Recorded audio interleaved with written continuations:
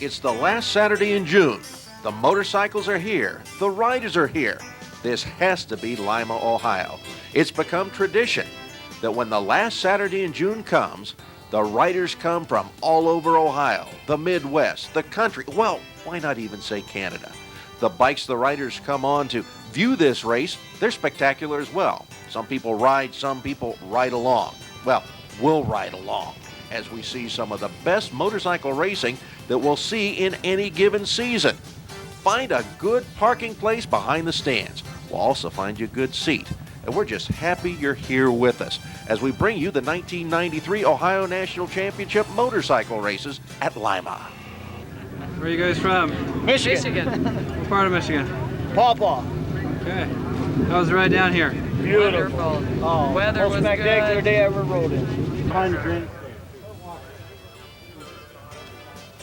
You can walk behind the stands and see a multitude of bikes, all kinds, all years, all makes, and all spectacular.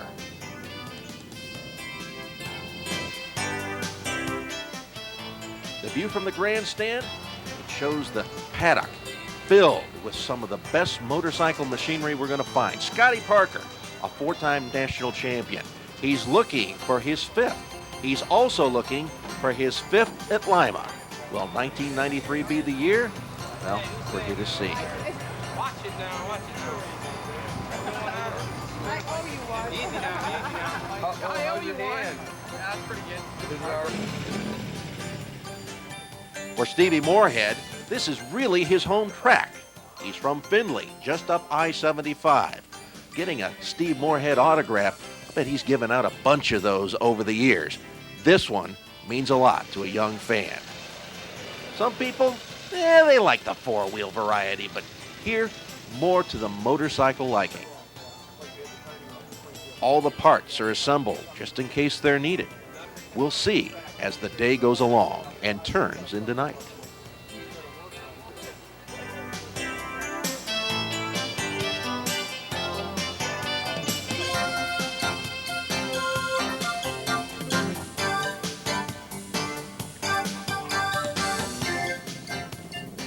This is one of Ricky Graham's mounts for the weekend, his 883 Harley. He'll be riding that along with his 750 Honda this weekend, and the tuning will help decide whether he's got the right setup for this last Saturday in June. The riders meeting. Most of these are veterans. They've heard it all before. There's Carr, Parker, Stevie Moorhead. They'll have suggestions. They'll have questions. But no matter how many times they have been through this, this is one of the most important elements of the weekend, because indeed, each weekend is different and unto itself.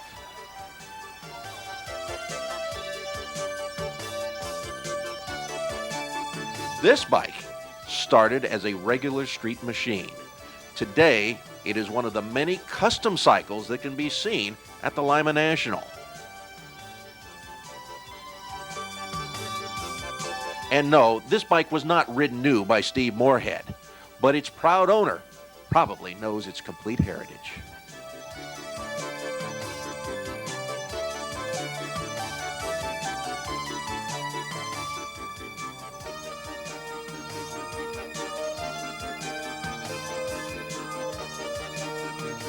These folks are just waiting in the shade as the racers wait for their day in the sun. We're about to go racing at Lima. The t-shirt vendors are doing a whale of a business. You can buy a t-shirt with your favorite rider, perhaps your favorite track, but all spectacular unto themselves. Spectacular? How about chicken? If you're hungry, a great place to go find food is the Lima National. How many chickens you cooking there? Oh, we got 200 on right now. We're gonna cook over 1,000.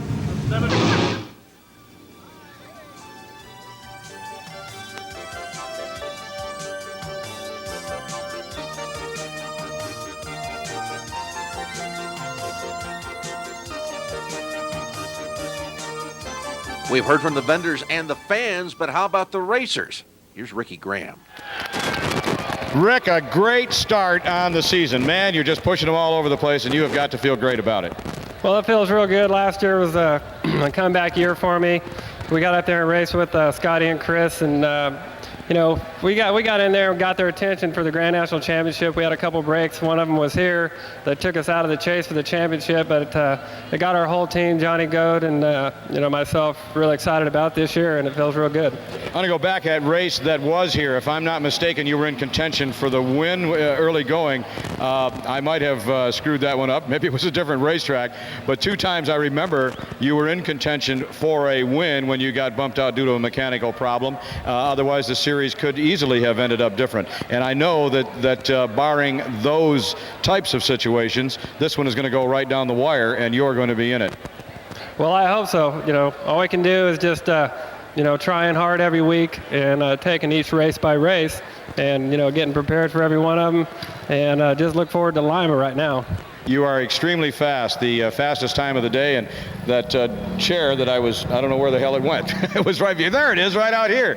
I don't know where Dee went. She was to present that thing to you, but that goes to the fast qualifier for the day. You were the only rider to crack the 26-second barrier, and that's going to look good, I think, sitting under the awning of that motorhome. Oh yeah, well, I would have never thought I would have had a chair like that that said Ohio National in my camp, but I'd like to thank Dee for the chair, and well, you'd think that'd go to Steve Moorhead or somebody, but thank you, Dee. I'll tell you what, that was just a fast time. Fast. You were over a half second faster than everyone else, and hopefully you'll put it together in the main event. Want to wish you the best of luck. Okay, thank you very much.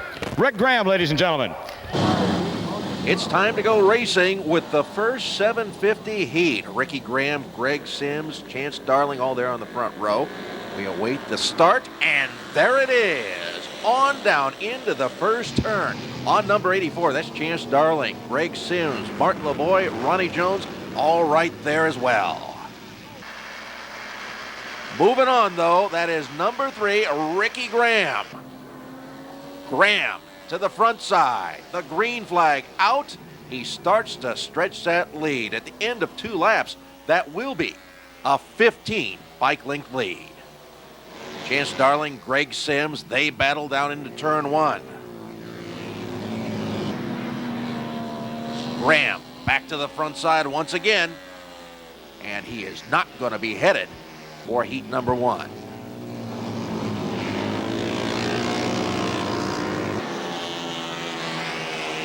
Chance Darling, Greg Sims, they'll move their way into the south end of the track. Track in beautiful condition, very smoothly through the turn. That's Ricky Graham.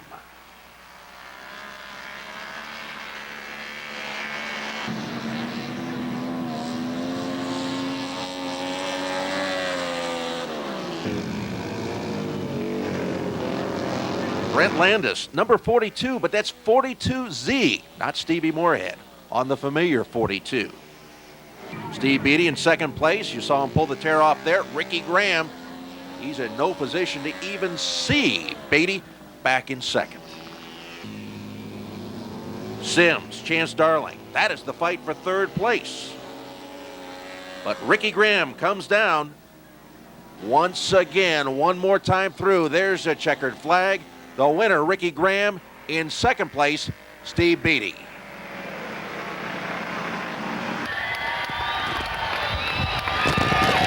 Let's talk a little bit about that number plate. Does the numeral 2 weigh more or less than the numeral 1? Well, it's got to weigh less than the 1, because when I had that 1 on, everybody's got the bullseye on your back to shoot for it, you know, and now Chris has got it on his back, and we get to shoot at that. Me and Ricky trying to put a little pressure on him and keep rolling. Great series so far this year. We've had 6 races, 5 different winners, and I think we're looking at 17 points separating first to third. Yeah, it's. I think there's less than that. I think it's 7 points between us 3 right here, and Kevin's right behind it. But I think 10 points behind me or somewhere. So he's real close, and it's been an exciting season. There's been good racing, like you say, different winner every week, and hey, it's at least for a very interesting series for all the people out there. Boy, I'll tell you, Chris, when a California lad starts trouncing on the guys from Michigan and Ohio, the cheers are pretty hard to draw, aren't they? There's no doubt about that, you know, especially in this neck of woods. You know, Scotty's won so many races here, and I know a lot of his fans from Michigan come down because this is a pretty close race. It's kind of tough, yeah. Fortunately, you're able to put a smile on your face. Well, I'm used to it, you know. It happens quite often, and you know, no problem. Make you want to dig down just a little bit deeper, maybe kick butt a little bit harder when that happens? Well, I don't really need any more motivation to go out there than to win. You know, I've got plenty of that from within, so it doesn't bother me. I asked Scott earlier, I said, what weighs more, the number 1 plate or the number 2 plate? He said the number 1 plate, definitely, because all of the eyes are on the back of your jersey, they're on the back of your motorcycle, or they're looking over the shoulder at you, just really shooting at you. Do you get that feeling that they're all really aiming at Chris Carr? Well, I don't think they're aiming at me, but as long as they're looking at my back, that's fine. That's the way you want to keep it. Chris, it's been a great year so far. You're on top of the championship points. You won at Pomona, a racetrack that you had never won at. This one you have won at. 1991, you took the checkered flag, so a little bit of experience here, and you could be looking at win number 3 of the season. And we'll just wish you the best of luck, and obviously toward the defense of your crown. All right, thanks, Larry. Again, I want to thank all you fans for coming out and supporting dirt track motorcycle racing. Without you, we wouldn't be here. Thanks. The riders are lined up and ready. This is Heat 2 for the 750s, and off they go. Down into turn number 1, Scott Parker has the good hole shot. Chris Carr working his way through, but a bobble has sent him all the way back to 6th place. He's got a long way to go for a transfer out of this heat. Gordon Chaperet, Dave Camlin back in the pack. Scotty Parker up at the front, Kevin Barnes, Gordon Chaperet, Rex Fisher. They are doing the deed down through the turns.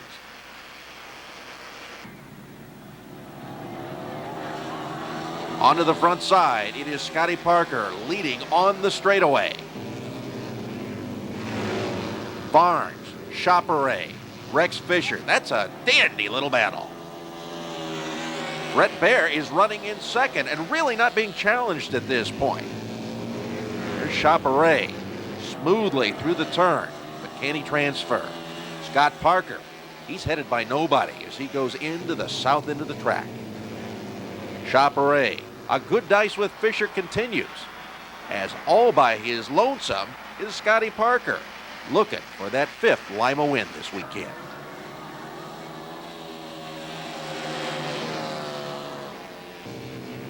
Rex Fisher, as we wait for Chaperet, he looks to the inside, can't get it done there. Here's another great battle. Carr fights his way back up right behind 2nd place Brett Baer.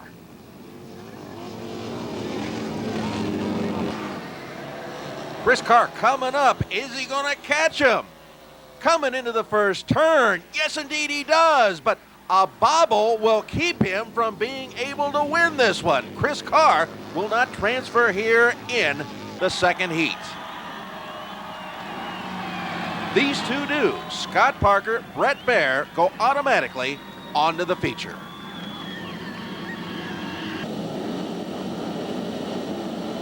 The racing continues hot and heavy, the 3rd heat for the 750s. Will Davis, Jay Springsteen, battle into turn 1. Davis, Springsteen, Rodney Farris, they charge it down the front straightaway. Meanwhile, George Roeder, a terrible start, transmission troubles hurting his day. Springsteen, Davis, into 3 and 4.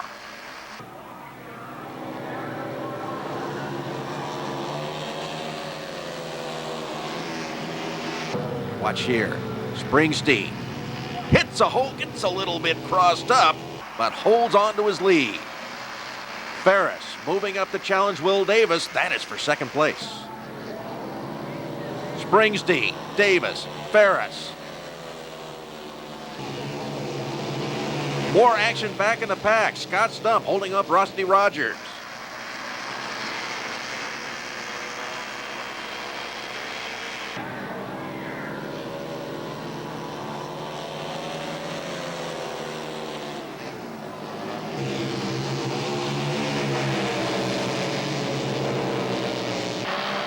The battle for the lead, Springsteen with the advantage, but here comes Farris trying to hang on, trying to hold on, and gets around onto the straightaway.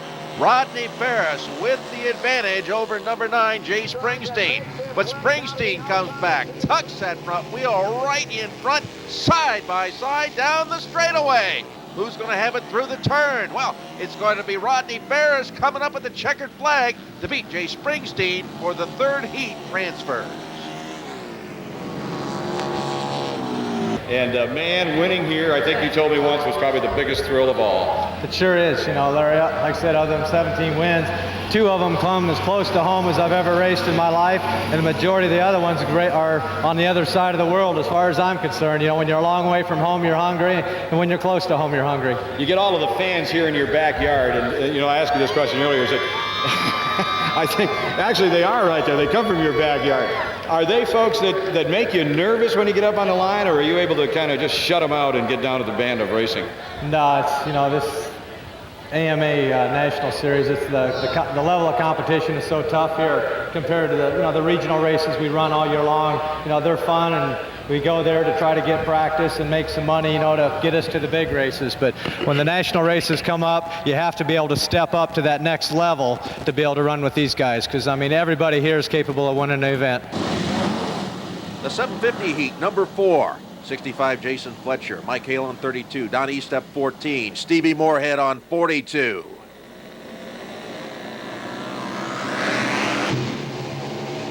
Jason Fletcher pulls Stevie Moorhead out of turn 2 onto the backstretch. That's Kevin Atherton in hot pursuit.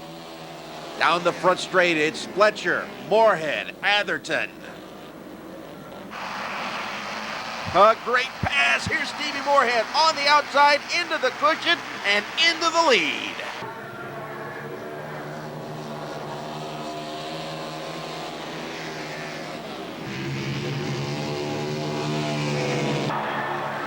It takes some doing, but Steve Moorhead finally establishes that lead. Now it's a battle between Jason Fletcher and Kevin Atherton for second.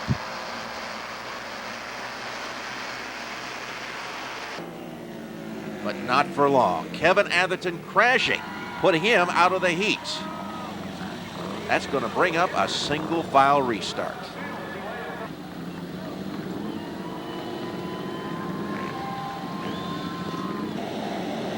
Steve Moorhead on the point for that restart. He definitely has the advantage and quickly establishes a sizable lead into turn 1.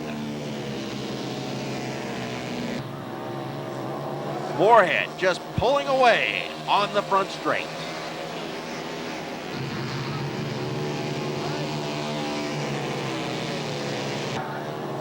Fletcher is now pursued by number 82. That's Tommy Colson in the battle for second. At the last moment, Don Estep makes a dramatic pass to take over second place. Moorhead easily wins the heat. Estep charges the second. Those are the 2 transfers from heat number 4.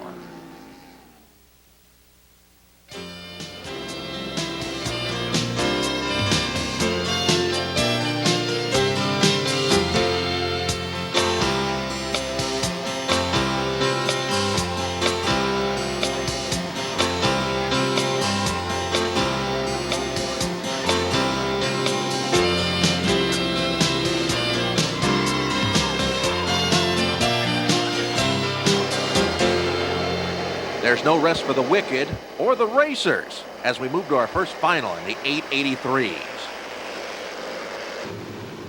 Mike Hale gets the whole shot, but it's 94K. Steve Champagne who pulls out of the pack. Ricky Graham, Jay Springsteen, Jason Fletcher are in the hunt too. Jay Springsteen moves up. Champagne slides out. We're going to have a red flag.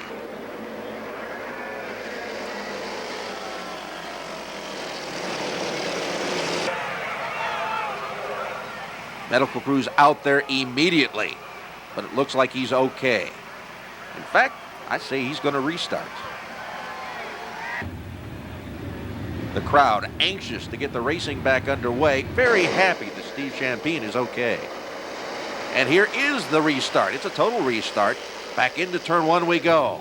Mike Hale, the hole shot, followed by Ricky Graham, Steve Champine, and Scott Stump.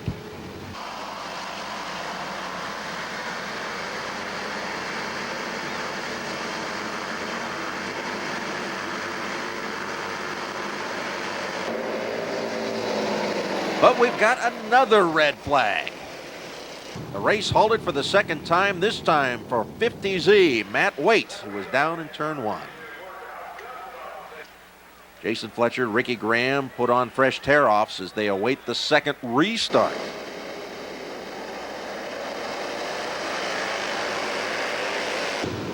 Mike Hale, again the hole shot. Graham, Fletcher, Ronnie Jones, all right behind. Graham challenging for the lead, and he takes it.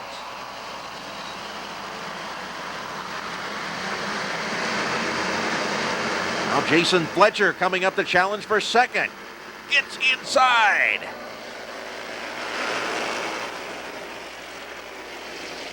Graham with the lead, still the battle for second.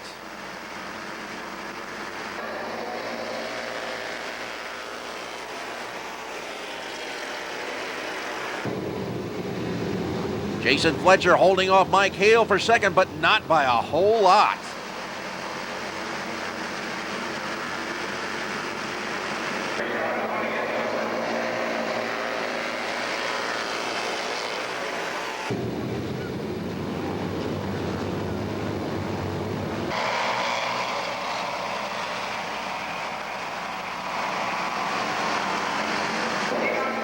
Here comes Mike Hale.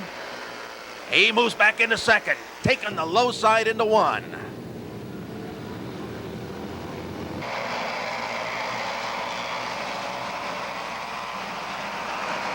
Hale, Fletcher, Dyson back and forth. Here comes Jason Fletcher to the inside.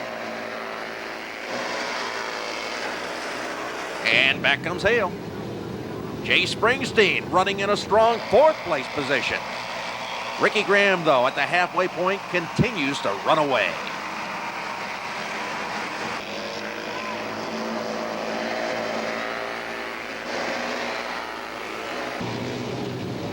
The battle for second place just continues between Fletcher on 65 and the 32 of Mike Hale.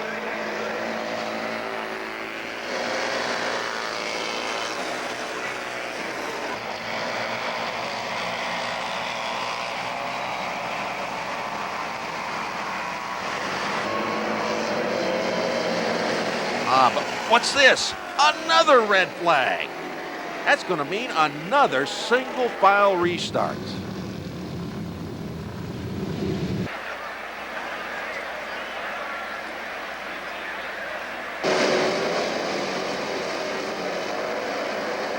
Off they go, but no one really can take an advantage at the restart. They're all just so close. Fletcher challenging Ricky Graham, but that doesn't last long as Graham gets back out front.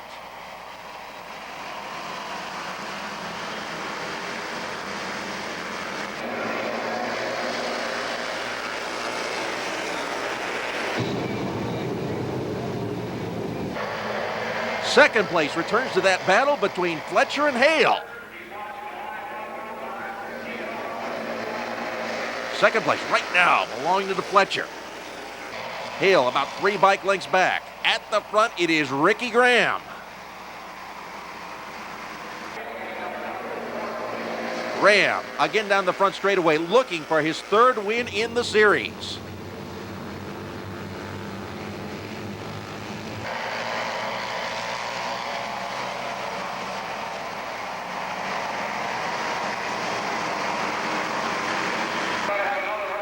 Oh, we've got another crash. That's the 7B of Sean McNary in turn 2. They're going to have to stop the race again. Down to start finish, a big conferee of the officials as they right the bike of McNary. And they're going to call this one official. Ricky Graham winning his third time in this series. Fletcher second, Hale is third. Man, you were great off the line. However, going into those corners, no matter what you did, old Jason was able to either square it off and come down back underneath you, or he just held his line, and he was just giving you fits out there. You were all over him, but nowhere to go. Well, I think I was geared a little bit higher on him, so he had it on me off the corners, and I think I had a little bit on the big end on him. What about all of the starts? How many times do you have to get those hole shots before you get a good one? I don't know. Hell, I practice. Oh, yeah, no, I was just watching really careful, you know, just being smooth as possible on this track. You know, it's got a couple blind holes out there. It's really dark going down the back straight, but glad it came out ahead. Woo! You've done some road racing in this Continental Series also. Oh, yeah, we've tried to hit as many road races as possible. A lot of them conflict with the dirt track Grand National Series, and just try to make as many as possible. What does that do now, this second place to your position in the Continental Championship standings? I took over the standings there a couple weekends ago, and hopefully I can keep ahead so I get that money.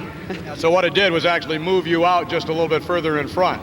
Yeah, that's all I want to do is stay up here. You know, I just wanted the points, and then just came out ahead. Big smile, rightfully so. Let's see. You had to do that 1, 2, 3 times, come from behind. Yeah, it's tough out there, but, you know, there's nothing better than riding that 883 Harley Davidson around this Lima half mile. It was great. Rick, you and I talked just briefly before you went out to the line that third time about the starts and how you were forced to stay up high, and you said to me, yeah, but I like it up there because I can stay out of the way. I no sooner got upstairs, saw the gate drop, and you cut across 400 riders to get the low line. Well, shoot, I didn't get the hole shot the time before, so I had to try something different. Oh, Mike told me he was starting in first gear, though, so I said, well, I'll try that. So I tried that, and he still beat me off the line.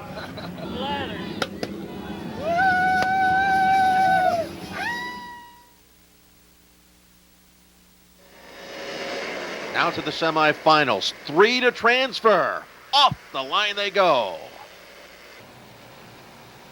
Ronnie Jones on number 16. Then it's Greg Sims and Scott Bucket. Terrific battling at the front of the pack.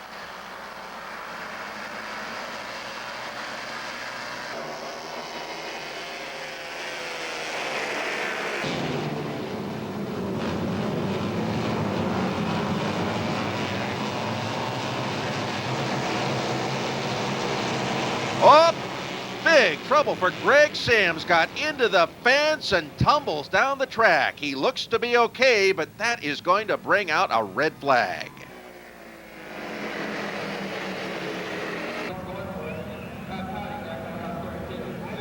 Mechanic's looking over the bike, but the main thing, Greg Sims is okay. On to the restart, a complete restart here. Scott Buchan, Ronnie Jones running together at the front. Jones getting around, but here comes Buchan back.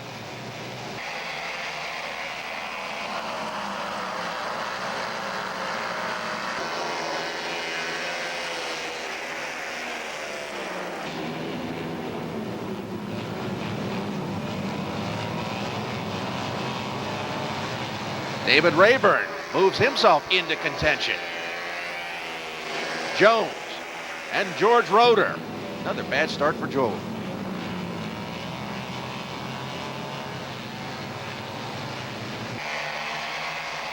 Scott Buchan running to the front. Again, 3 will transfer.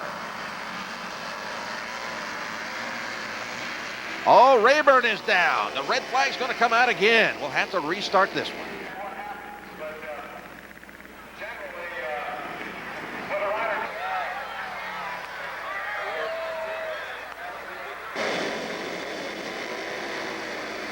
On the line, off they go.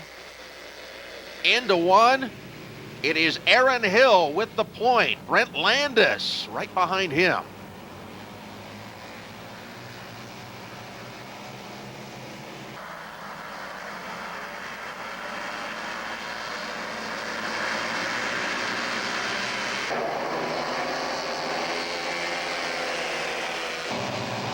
Joe Roeder moving up.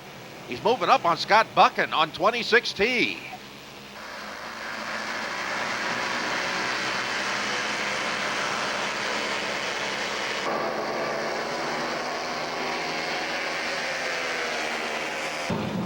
Joe Roeder is riding like a man possessed after his second bad start of the night.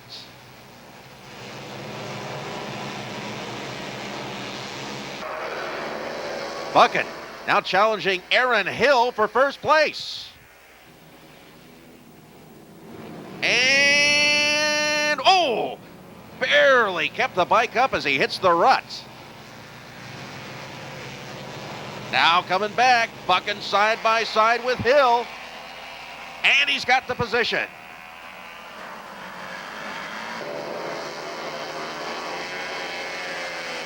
Gets rid of the tear off and now tries to take off on second place Hill. But Aaron Hill hanging right in there with the leader.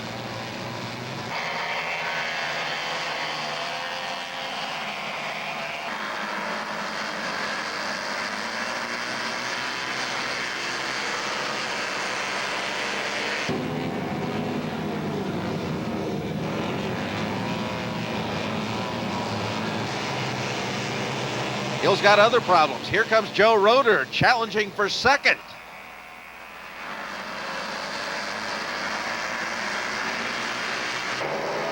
Looking for the low side. Here comes George Roeder out of Monroeville, Ohio. Tucks it back in behind into turn number 1, but the challenge continues. On the low side, here comes Joe Roeder. He takes second.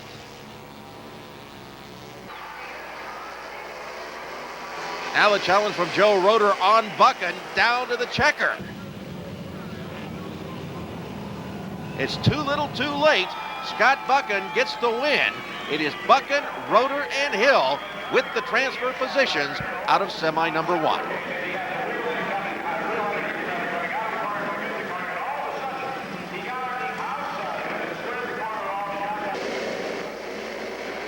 Set now for semi number 2 for the 750s.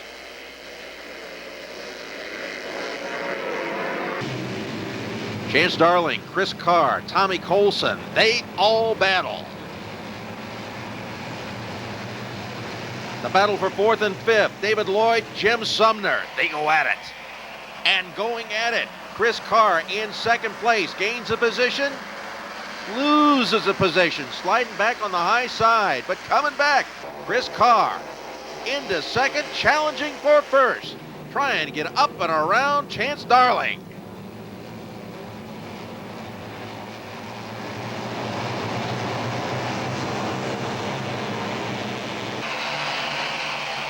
Carr out front all by himself.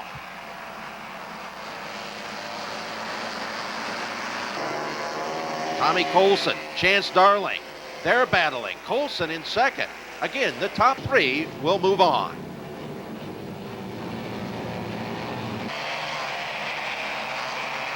Letting the bike slide, going through the turn. This is Chris Carr with the number 1 plate from his championship of a year ago. Lifting the front wheel, coming on down that front straightaway.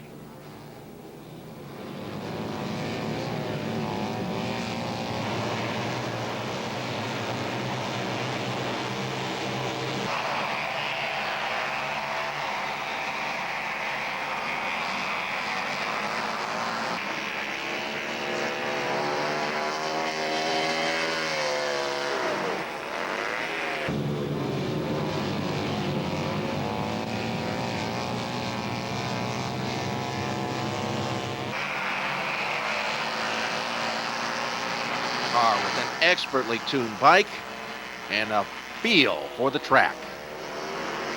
Here's Colson holding on to second place at this point. Colson very smooth, following but well adrift of the leader, Chris Carr.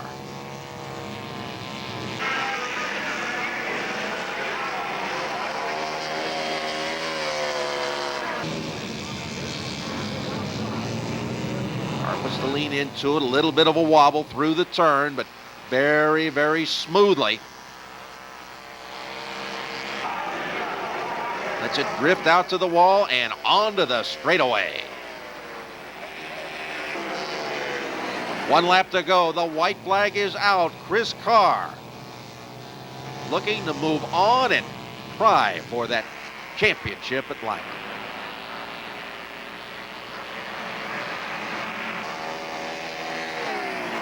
Front wheel is lifted, the checker is out. Chris Carr is your winner. Chris Carr will transfer.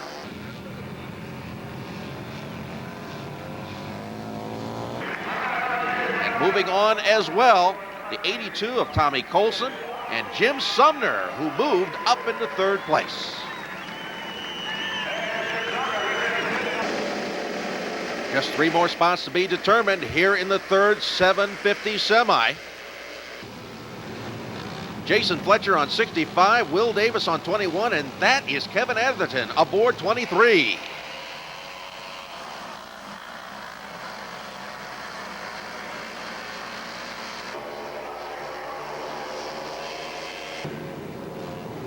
Jason Fletcher just takes off. This is his heat and his alone. He doesn't get to see that great battle behind him. Will Davis and Kevin Atherton coming in there hot and heavy.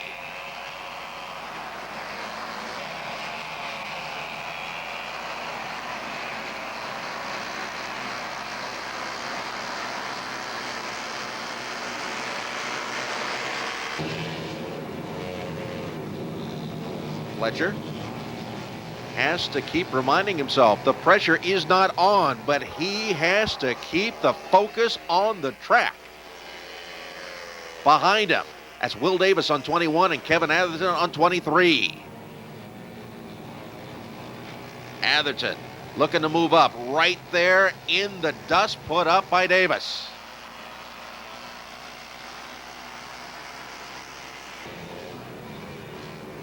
Atherton looks to the inside, tried to make the challenge, has to back off. Still looking for that low line, rides it onto the straightaway. No problem for your leader, that's Jason Fletcher. Here comes Atherton around Will Davis and into second place. Davis tucked in behind, losing a few bike lengths.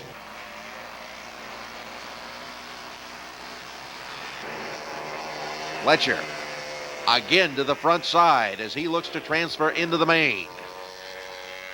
White flag out, 1 lap to go. Kevin Atherton in a lot of pain, but he's going to be happy just to make it into the feature. Fletcher, one last time for the checker, lifts the wheel. He will win the third semi. So Fletcher will move on. As well, it will be Kevin Atherton and Will Davis. We have our field set at Lima.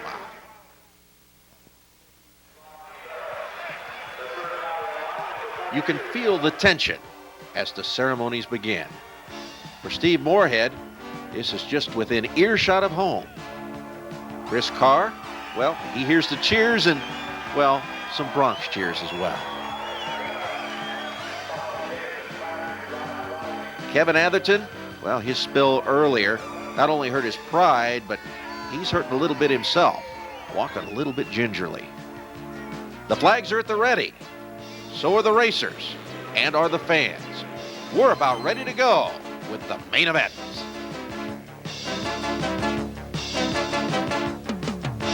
The crowd has seen some great racing in the preliminaries, but all that is prelude.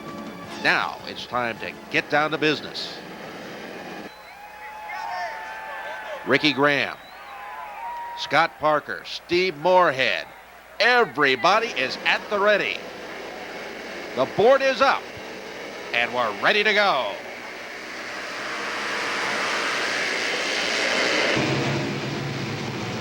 Into the turn, Stevie Moorhead with the hole shot.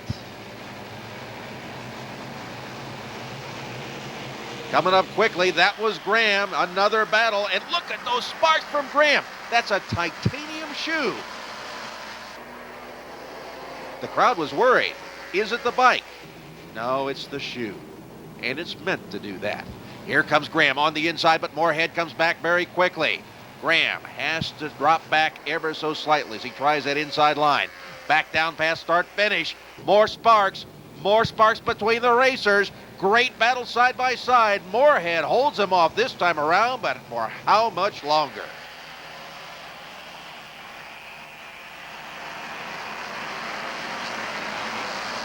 The challenge from Graham, a bike length and a half back. Moorhead holds on. smoothly through the turn. Every once in a while, just that slight bobble. But here comes the challenge back from Ricky Graham. Trying to stick the wheel inside, but can't do it this time. When first and second battle that way, you can forget about third, but Rodney Farris is right there if there is any kind of a bobble at the front. Back to that lead battle. Moorhead continues to hold off the sparking Ricky Graham. Farris moving up. He is really in a position to challenge.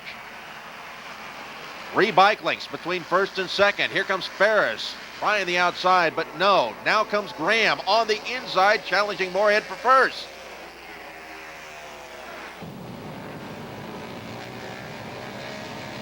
Farris? No. Graham? Yes, right up alongside Stevie Moorhead. Tucks in behind, losing a little ground in the turn as Moorhead continues to hold him off. Great battle at the front. Moorhead, then Graham. Spectacular racing. Sparks or no sparks.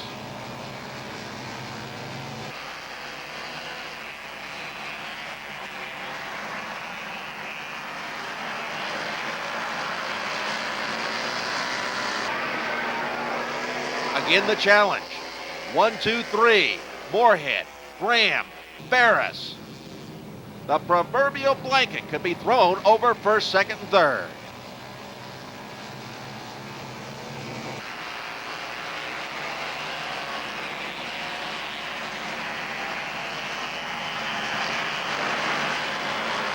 Ricky Graham trying to close, but Farris right behind him. Chris Carr. He's running by himself, trying to get back in touch with the leaders. Those leaders, Moorhead, Graham, Farris.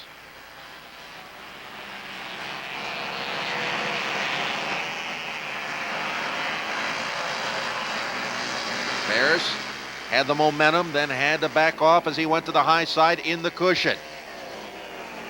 Kevin Atherton, another of the runners riding by himself and riding hurt. Oh, we've got a red flag. We'll have to bring a halt to the action here. Looks like it may be a problem for Jay Springsteen. We're going to have a restart. Moorhead, Ricky Graham, Rodney Farris. What a great start to that one. It's a single file. Stevie Moorhead will lead them away.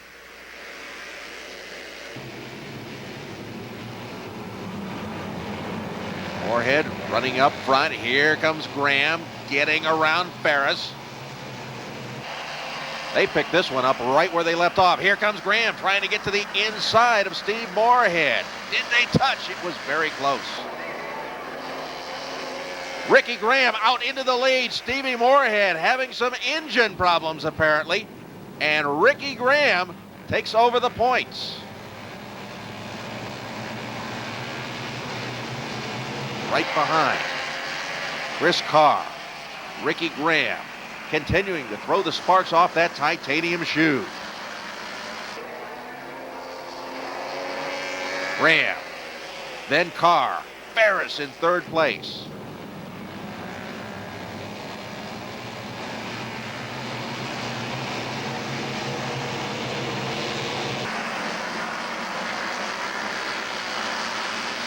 Here comes a challenge for the lead. Chris Carr trying to look to the outside. Graham holding him off. Here comes Carr back once again, looking for the low line, then tucking in behind. Chris Carr on the outside. Got the wheel up there. Even. Couldn't do anything about it. Drops about a bike length back. Graham, Carr, Farris. They continue that way. The crowd loving it. Here comes Chris Carr again to the outside. Drops back. Tucks in behind.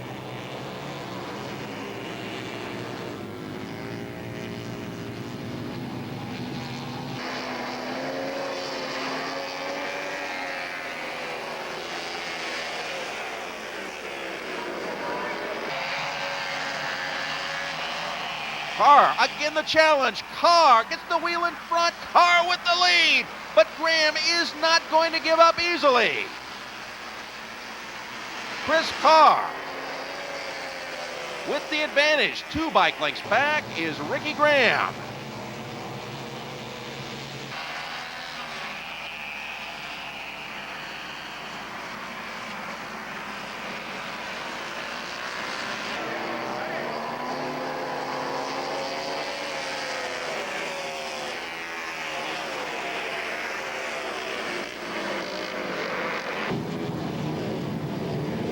Chris Carr, a national champion 1 year ago, looking for the win here at Lima. Ricky Graham, a 2-time national champion, right behind.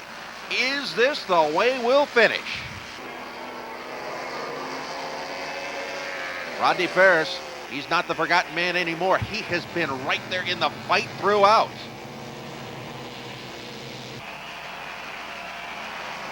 Carr, Graham, Farris right behind.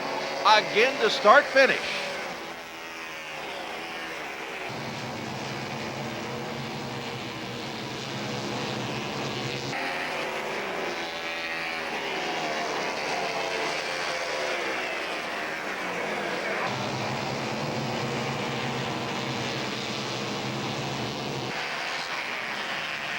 Chris Carr smoothly through the turns, but here comes Graham. Graham less than a bike length back.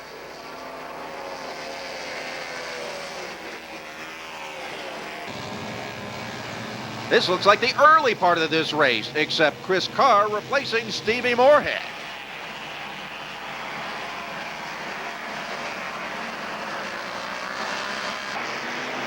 Graham coming up on the inside, side by side down the main straightaway. Ricky Graham back into the lead. Carr won't have any of this. He'll take a higher line, trying to keep up.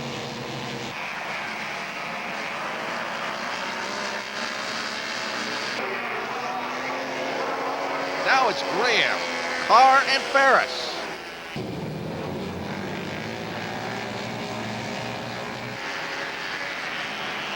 The challenge again by Carr. He pulled up, lost momentum, drops back a couple of bike lengths, now comes back up.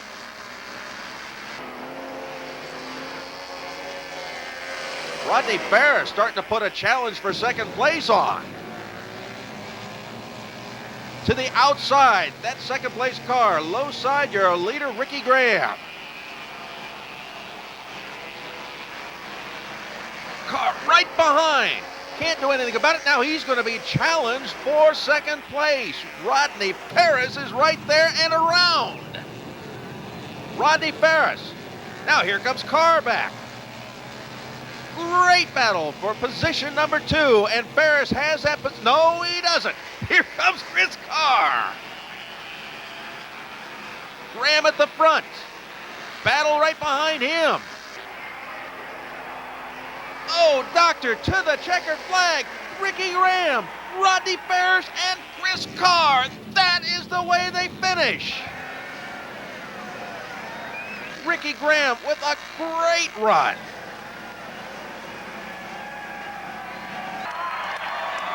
He picks up the checkered flag. He's going to take that victory lap, and that is a well-deserved flag. Rodney Farris, second place. Probably the hardest ride of his career.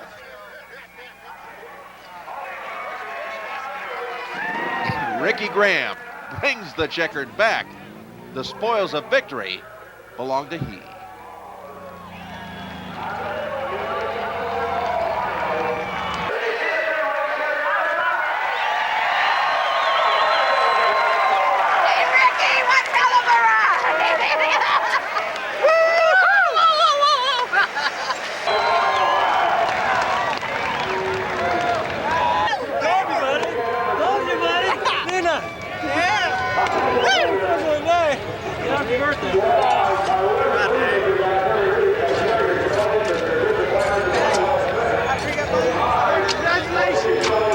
Well, I think what happened was my line that put me into the lead and allowed me to hold the lead for 10 or so laps was working really good early in the race, and it just kind of started going away. It was getting tougher and tougher. The track got drier and drier, and my line went away, and it started working for Ricky, his line that he was running. So it was, my line just didn't work at the right part of the race, I guess. Yeah, it was working good tonight. Eddie Atkins has got the bike tuned really good. I feel good. I didn't really get tired. I thought I might, but I didn't. And I started following Ricky, and he had a hot line, and it just paid off at the end. I took it for broke on the last lap, and luckily I got by Chris.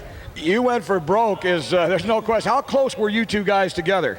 I'm not really sure. I don't like looking at when it's that close. Chris Carr came by me in the race, and I said, boy, that little guy's serious. So anyway, he's got a real big heart on him, and he was trying as hard as he could out there, and I just hung with him and got back by him, and worked good enough to win it. It's going to be a long season, a lot more events this year than last year, and that's going to have to be a factor for those riders that are behind you. It's their opportunity to catch up, and more opportunities for the guys up front to maybe have a problem to slide back 2 or 3 points. The only thing I can see, and I guess what I'm leading up to, and Chris and Ricky, Scott, you got Rodney thrown into the picture here, Kevin Atherton, we're looking at a hell of a lot of great racing this year. Yeah, there's no doubt about it. It was my goal last year when I came up here is to get in between Scotty Parker and Chris Carr, and now I've surpassed that goal and passed him up in the point series. So hopefully I can just keep everything going as it is right now, and we'll just stay on top and just never look back.